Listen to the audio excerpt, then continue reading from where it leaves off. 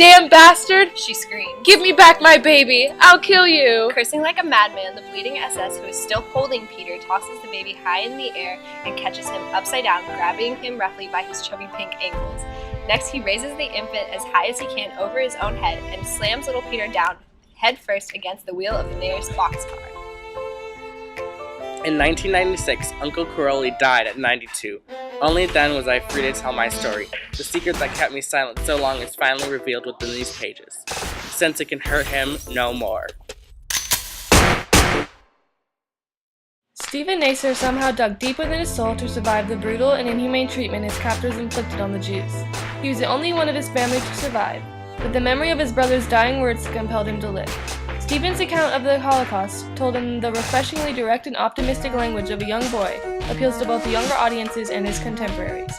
Written in a straightforward narrative style, Nasser avoids the cloying or maudlin language that characterizes some stories of the Holocaust.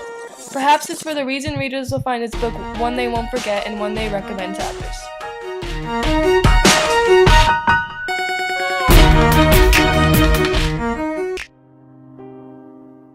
What was your intention behind writing My Brother's Voice? It gave me strength, determination, and hope to know that one day the Nazis would be held responsible for the crimes documented in my diary. How difficult was it to recall the appalling events you and your family went through while writing your book? It was very stressing to relive the horrible memories while writing every page. Why was your brother the inspiration for your survival? I credit my brother partially. We encouraged each other, but towards the end, he gave up and I was determined to live. What do you think will happen when there are no survivors left to tell their stories? 3 years ago, my lecture was professionally filmed in a studio. I have a copyrighted DVD. It will provide the information needed to carry on for generations. I have not yet released it in Las Vegas, but in other states several institutions have requested a copy and they have it.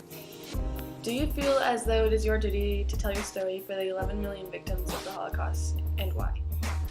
It is everybody's duty to speak for ones who cannot speak for themselves. For me, I am keeping my promise to my brother to promote family values and freedom. If you could go back and change or prevent anything, would you, and what? I wish I could have hugged my mother just once more before we got separated. Have you ever read the book Night by Elie Wiesel, and what is your take on it? I haven't read his book yet, but I would like to in the future. Do you feel hatred toward Hitler, the Nazis, and Germans in general?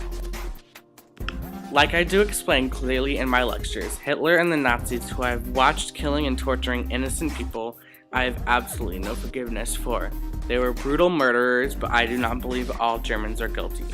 History cannot be reversed, but the future generations should not carry the guilt of their forefathers unless they are guilty themselves.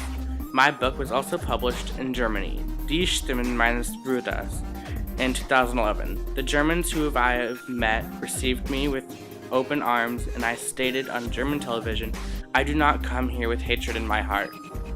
This book shows what it takes to survive even when subjected to death. If you don't shed a tear or two toward the end of this book, then you would know that you are not a human being. It is tragic yet uplifting and shows that the true human spirit can survive through horrific experiences.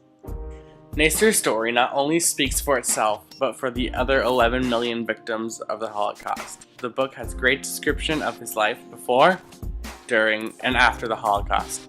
It uses mood to enhance the reader's image of what he and his family are going through. At times, the way he writes makes you feel frustrated and angry towards the Nazis. Make no mistake, the Holocaust is history. I know. I was there.